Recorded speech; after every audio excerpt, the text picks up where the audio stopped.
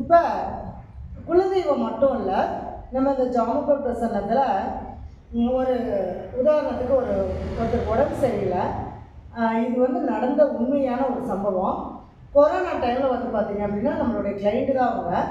ஒரு 15 நாளாட்ட அவங்க ஹஸ்பண்டை வந்து ஹாஸ்பிட்டலில் வச்சுருந்துருக்காங்க. அந்த 15 நாளும் எனக்கு ஃபோன் பண்ணி கேட்கணும் அப்படிங்கிற எண்ணம் அவங்களுக்கு வரல.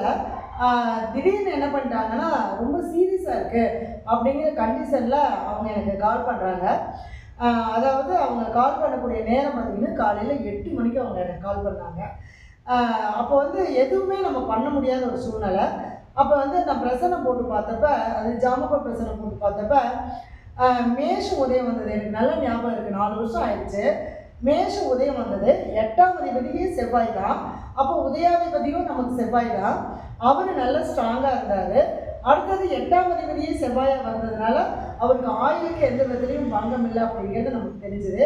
ஆனால் இப்போ சீரியஸான கண்டிஷனில் இருக்காரு அப்படின்னு சொல்லி அவங்க வீட்டுக்காரமாக ஃபோன் பண்ணுறாங்க. நான் அப்போ அவங்களுக்கு ஒரு பரிகாரம் சொன்னேன்.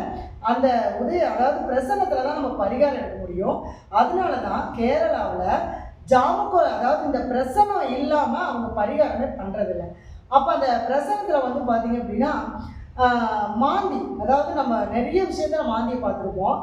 இந்த பிரசனத்தில் மாந்தி அப்படிங்கிறது மிகப்பெரிய ஒரு அற்புதமான நமக்கு வந்து ஒரு வழிகாட்டியாக இருக்கும். அப்போ அந்த கர்மா என்னங்கிறத நம்ம பார்த்து எடுத்தோம்னா தான் அதுக்கான நிவர்த்தி அப்படிங்கிறது நம்மளால் கொடுக்க முடியும். அப்போ அந்த மாந்தியை நான் பார்த்தேன்.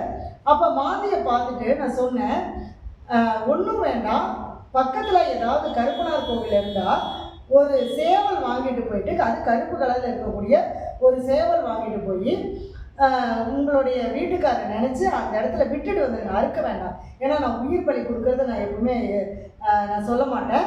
அந்த சேவலை வந்து அந்த கோவிலில் நேர்ந்து விட்டுட்டு என்னுடைய கணவருக்கு உயிர் பிச்சை கொடுங்கன்னு சொல்லி மடியேந்தி நீங்கள் கேட்டுட்டு வாங்க அப்படின்னு சொன்னேன்.